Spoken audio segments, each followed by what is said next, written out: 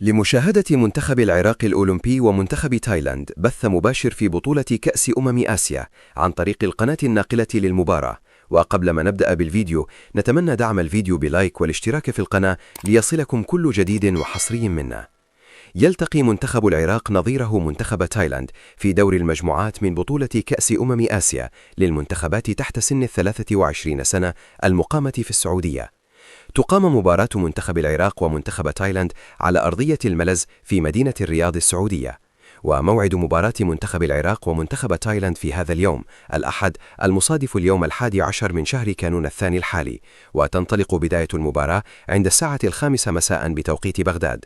ومباراة العراق وتايلاند مباشرة على قناة بين سبورت السادسة.